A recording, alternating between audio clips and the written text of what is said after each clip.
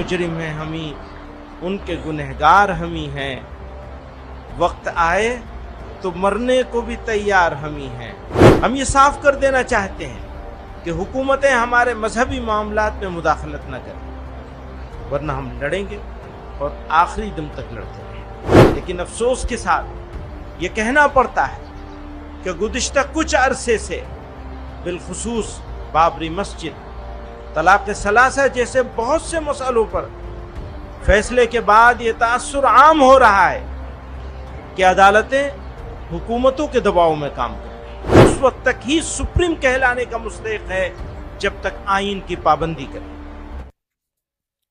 जमीयत उलेमा ए हिंद के प्रमुख मौलाना महमूद मदनी ने भोपाल में एक बैठक के दौरान जिहाद के अर्थ को लेकर विवादित बयान दिया। उन्होंने कहा कि इस्लाम और मुसलमानों के दुश्मनों ने जिहाद जैसी पवित्र अवधारणा को दुर्व्यवहार, अव्यवस्था और हिंसा से जुड़े शब्दों में बदल दिया है।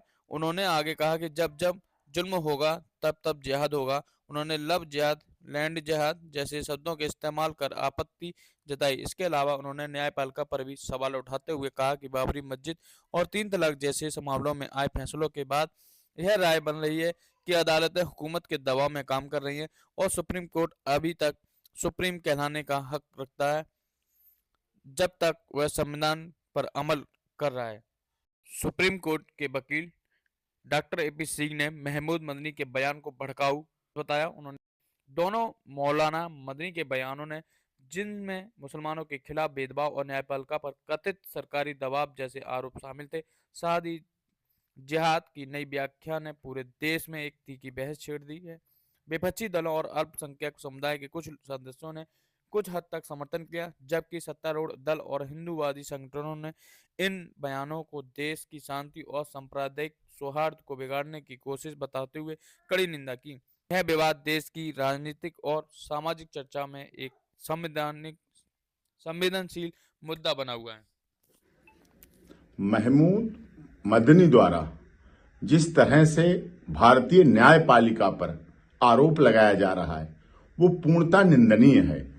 उन्हें का ये कहना कि सरकार के इशारे पर देश की अदालतें काम कर रही, बहुत बेहुदा, भयशियाना, खिसियानी बिल्ली खंबा नोचे वाली बात उन्होंने कही है, जो कि हमारे देश की सर्वधर्म समभाव की भावना को भी साबित कर रही है कि ये इस तरह से बिगाड़ना चाहते हैं।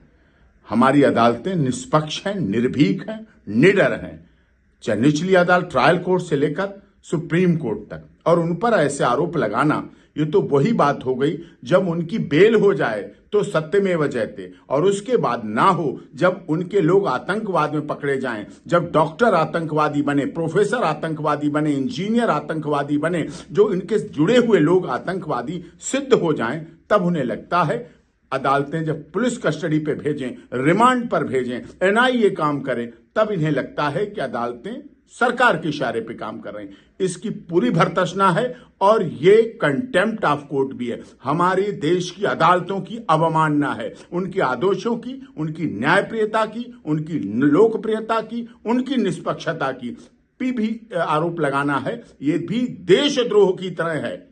देशद्रोह है ये, देश में रहकर हमारी अदालतों को बदनाम करना। जो लोग जेल में हैं, जो सजायाफ्ती हैं, वो कैदी हैं, उनको कितना बड़ा प्रेशर मिलेगा इस बात से ऐसा कह के। इसलिए इनको वापस लेनी चाहिए अपनी बात, नहीं तो इनके खिलाफ सरकार को कठोर कार्रवाई करते हुए कानूनी कार्रवाई करनी चाहिए। यह आवश्यक है। न्याय हित में, in the interest of justice, access to justice for all तभी सिद्ध होगा जब ऐसे बोलने वालों पर लगाम लगाई जाएगी। लगाम आवश्यक है।